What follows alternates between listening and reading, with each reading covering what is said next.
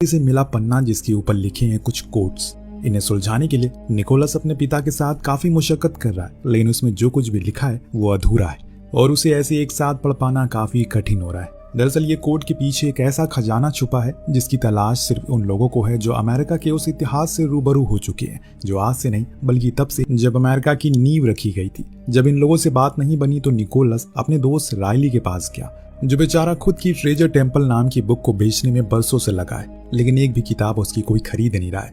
खैर, जब रायली ने इस कोड को देखा तो उसे भी वही जवाब दिया जो अभी तक ये सुनते हुए आ रहे हैं। लेकिन एक चीज थी जो उसे पता चल गई थी, इसमें टूटे फूटे अक्षरों में लिखा है लिबर्टी लेडी, जिसका फ्रेंच में मतलब है स्टैचू ऑफ लिबर्टी, और वो उसी की ओर इशारा कर रहा है। लेकिन एक दिक्कत है, इस दुनिया में 3 स्टैचू ऑफ लिबर्टीज, लेकिन उन्हें अभी पता चला है कि ये चीज फ्रेंच में लिखी गई है, तो पहले इन्हें फ्रांस जाना होगा जहाँ एक स्टैचू है। जब रायली और बाकी लोग वहां पहुंचे तो ड्रोन से इस स्टैचू को बारीकी से देखने की कोशिश करते हैं। उसी दौरान 2 गार्ड उन्हें देख लेते हैं। वो गैर कानूनी तरीके से ड्रोन उड़ा रहे थे, जो कि यहाँ पर अलाउड नहीं है, पर निकोलस उन दोनों को अपनी बातों में फंसाए रखता है, जिससे रायली को टाइम मिल गया।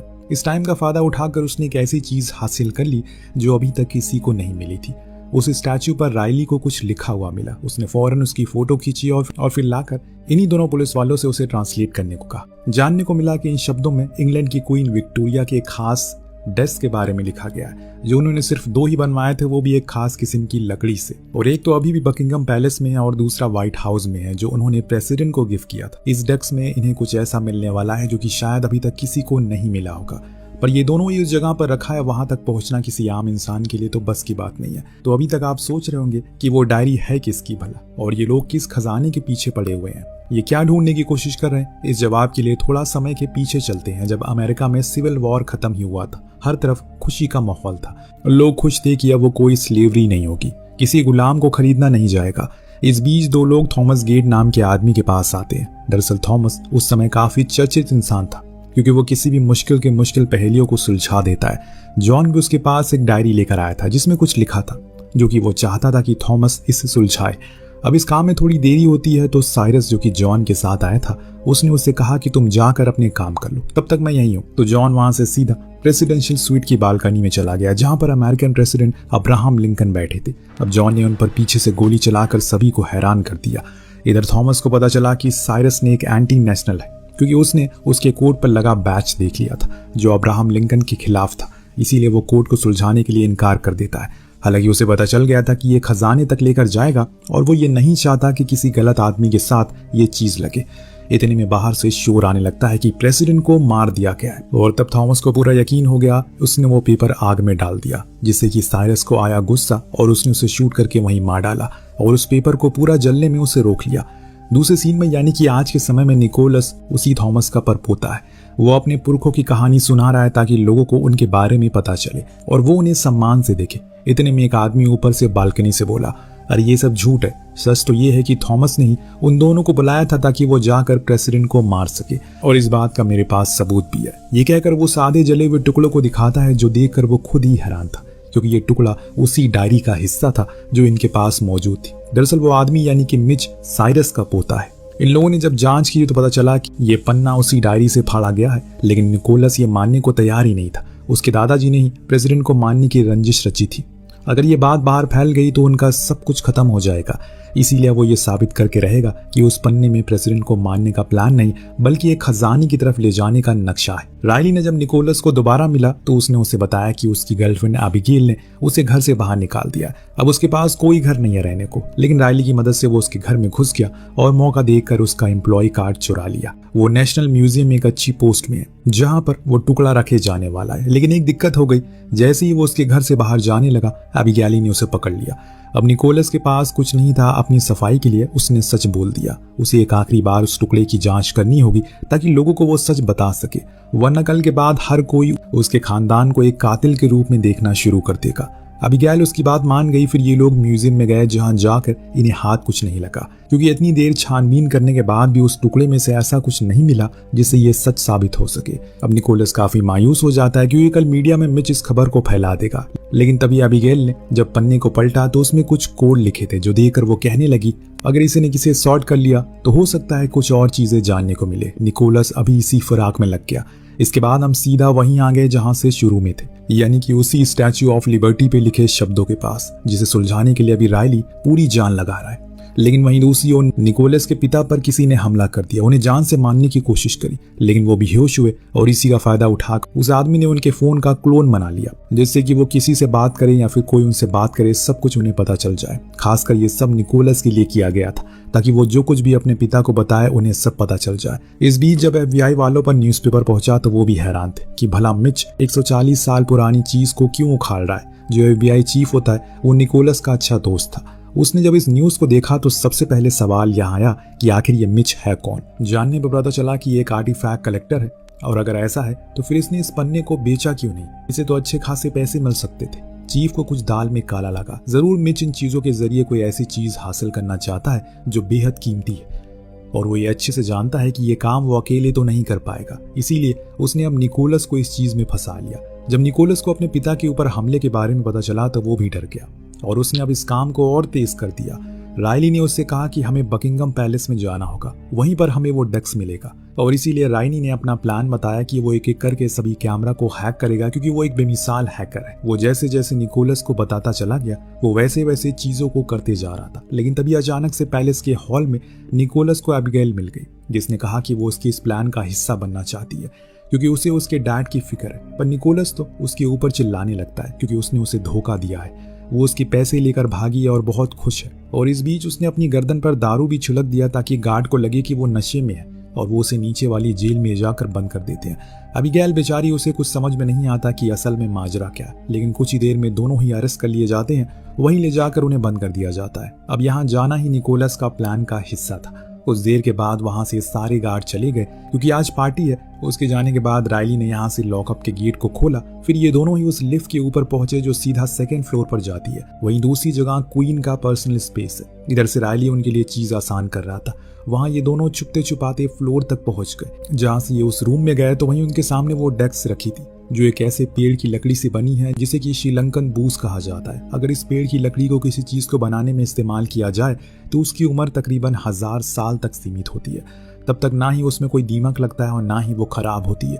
यही सेम लकड़ी आपको ताजमहल के दरवाजों में उसकी नींव में भी देखने को मिलेगी, और इसकी वजह से ही वो पिछले 350 साल से खड़ा है। अब दोनों सीधा ही डेस्क के नीचे गए और बड़ी ही बारीकी से उससे छानबीन करने लगे। हर चीज को किसी न किसी चीज से जोड़ने लगे। इस दौरान निकोलस को पता चला कि इस डेस्क पर लिखी चीजें नहीं बल्कि ये डेस्क ही पूरी तरह से एक तिजोरी है। इसकी बनावट 1880 में हुई और तब से इसे इस जगह पर रखा गया है। उसने जब उसके 4 ड्रॉर को एक एक करके खोला तो उसके अंदर एक खुफिया केस था, जिसमें एक लकड़ी का टुकड़ा रखा था जिस पर कुछ सिंबल बने थे जो साफ दर्शा रहे थे कि ये किसी चीज की चाबी है। वो फौरन उसे अपने पास रख लेता है, परंतु उसी समय रायली देखता है कि ऑफिसर को पता चल चुका है कि वो दोनों भाग गए हैं। इसीलिए ये लोग उन्हें ढूंढने में लग गए, परंतु रायली ने वहां एक फायर अलार्म बजा दिया जिससे कि सभी को वहां से जल्दी बाहर कर दिया गया, और उसी में ये लोग भी बाहर आ जाते हैं। उस टुकड़े को पाकर ये काफी खुश थे क्योंकि ये हो सकता है कि उस खजाने की सीढ़ी हो। उसी समय निकोलस नोटिस करता है मिच और उसके लोग उनका पीछा कर रहे हैं। ये लोग फौरन कार में बैठे और भागने लगे। इस दौरान एक रेड लाइट को निकोलस जानबूझकर क्रॉस कर देता है, लेकिन उसी समय उसने उस टुकड़े को अपने मुंह में रख दिया। इससे हुआ ये कि रेड लाइट पर लगे कैमरा में उसकी फोटो आ गई, जिससे रायली हैक करके डाउनलोड कर लेता है। इसके बाद उसने उस टुकड़े को पानी में फेंक दिया, जो देखकर मिच और उसके लोग उस टुकड़े के पीछे पड़ गए, और कुछ इस तरह से ये लोग बच गए। तो अब निकोलस अपने डैड के घर पहुंचा, उन्हें वो फोटो दिखाई और उस पर बनी चीजों को समझने में लग गया। लेकिन ये चीजें पैट्रिक के भी पल्ले नहीं पड़ रही थी। इसीलिए उसने साफ कहा कि इस चीज को एक ही इंसान सुलझा सकता है, वो है तुम्हारी माँ। निकोलस तो जाने को तैयार था, पर वो अपने डैड को भी उनके साथ ले जाना चाहता है। तो वो कहते हैं कि हम उसे पिछले 15 साल से नहीं मिला, तो भला वो हमसे क्यों मिलेगी अब। लेकिन निकोलस के कहने पर वो मान जाते हैं। अब हम जान पाते हैं कि एंजल कैम्ब्रिज यूनिवर्सिटी की प्रोफेसर है। उसे ऐसी चीजों को अच्छी जानकारी है, इसीलिए वो अपने बेटे की मदद के लिए राजी हो गई। उसने बताया कि इसमें कुछ ऐसा लिखा है जिसे सिर्फ तभी सॉल्व किया जा सकता है जब इसका दूसरा टुकड़ा मिलेगा, यानी कि वो दूसरी टेबल जो कि व्हाइट हाउस के ओवल ऑफिस में रखी है। तो अब ये लोग सीधा पहुंचते हैं व्हाइट हाउस, जहां एक पार्टी चल रही थी। वहां काम करने वाला एक सीक्रेट सर्विस ऑफिसर एबिगेल को जानता है, यहाँ तक कि वो उसे पसंद भी करता है, पर एबिगेल ही है जो उसे बार बार गोली दे रही है। इस चीज का फायदा आज निकोलस उठाने वाला है। उसने कैमरॉन से कहा कि एबिगेल को ओवल ऑफिस देखना है। उसका बहुत मन है, जहाँ पर मिस्टर प्रेसिडेंट बैठते हैं।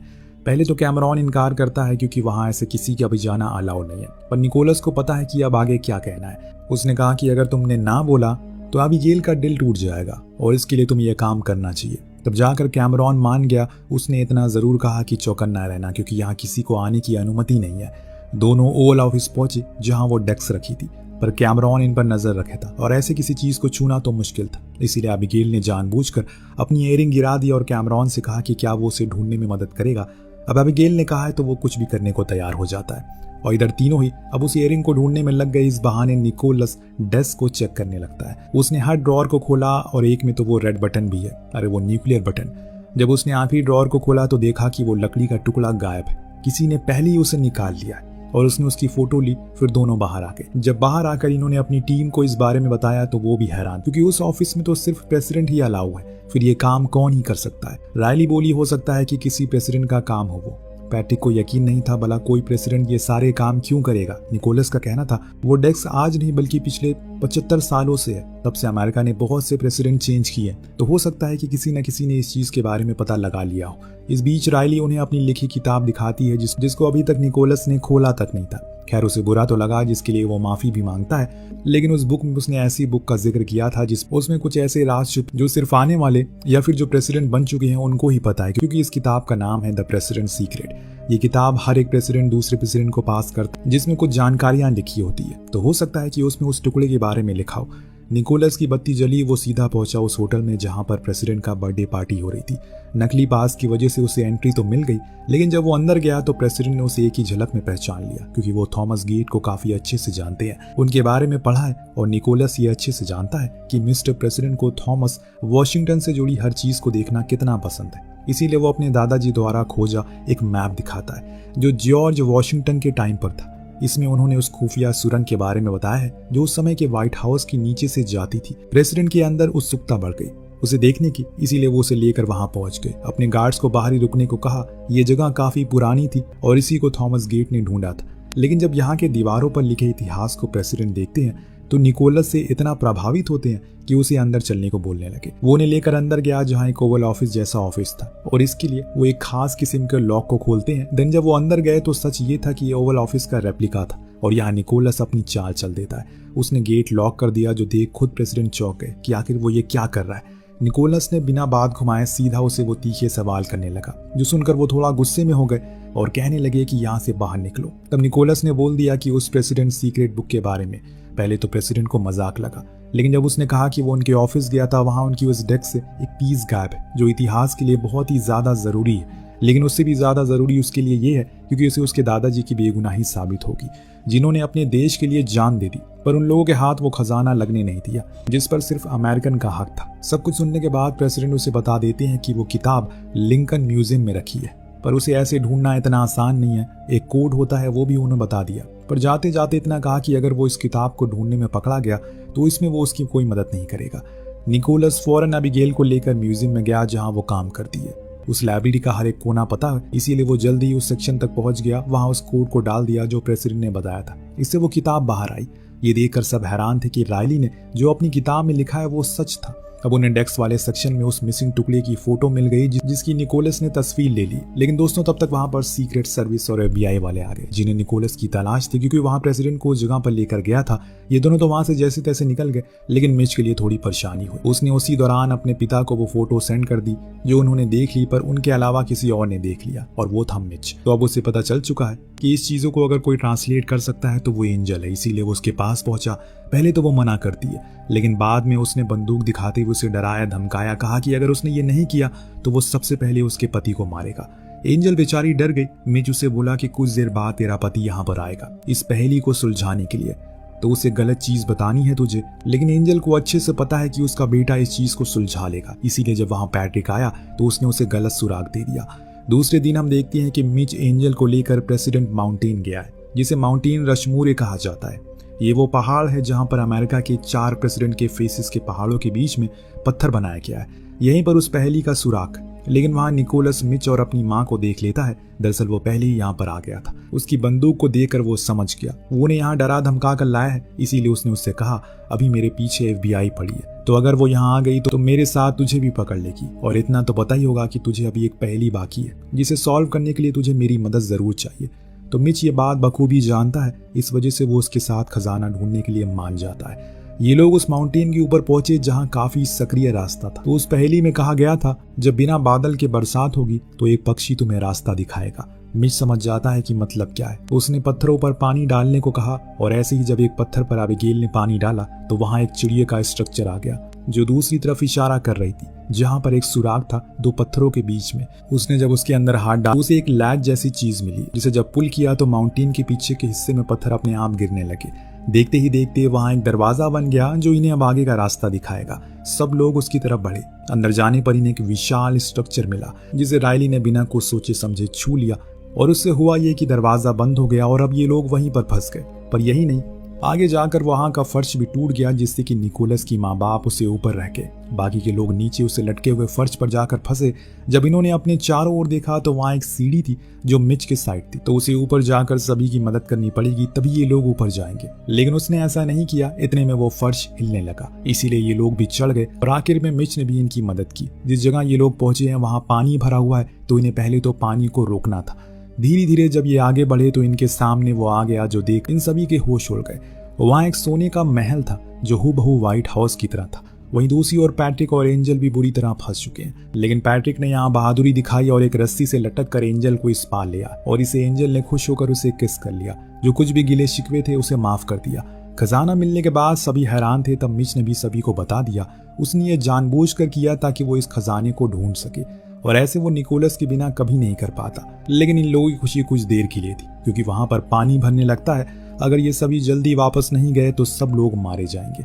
जो रास्ता इन्हें बाहर लेकर जाएगा वहां किसी को रुकना पड़ेगा कि वो उस डोर को होल्ड कर सके। पर ये करेगा कौन? मिच सामने आया और कहने लगा कि उसके खानदान का नाम हमेशा अब्राहम लिंकन को मारने की वजह से बदनाम है, तो वो चाहता है कि जब वो बाहर जाकर सभी को इस महल को बताए तो उसमें मेरा भी नाम डाले ताकि मेरे खानदान का नाम भी दूसरी चीजों की वजह से रोशन हो सके। वो वादा करता है। जिसके बाद मिच सभी को बाहर निकाल कर खुद वहीं रह गया। बाहर आकर निकोलस ने पुलिस को सब कुछ बता दिया, लेकिन FBI ने उसे अरेस्ट कर लिया क्योंकि उसने प्रेसिडेंट को किडनैप किया था। लेकिन बाद में प्रेसिडेंट ने यह कह दिया कि उसने तो उसकी जान बचाई थी, इसीलिए वो बच गया। यहाँ तक कि उसे अवार्ड से सम्मानित किया जाता है और न्यूज़पेपर में लिखा गया कि उसके दादाजी एक देश प्रेमी थे। अब रायली ने जब उस जगह से बाहर निकल रहा था तो उसने वहां से सील उठा ली, सोने के बिना किसी को बताए। अब उसी सोने से सबसे पहले वो एक फरारी लेगा और अब तो उसे उसकी किताब के लिए व्हाइट हाउस से भी बुलावा आ चुका है। तो वहां पुलिस उस जगह पर पहुंच गई और वो पूरा महल अमेरिकन गवर्नमेंट के हवाले कर दिया गया। मतलब कि सारा सोना अमेरिका के पास पहुंच गया। और इसी के साथ ये कहानी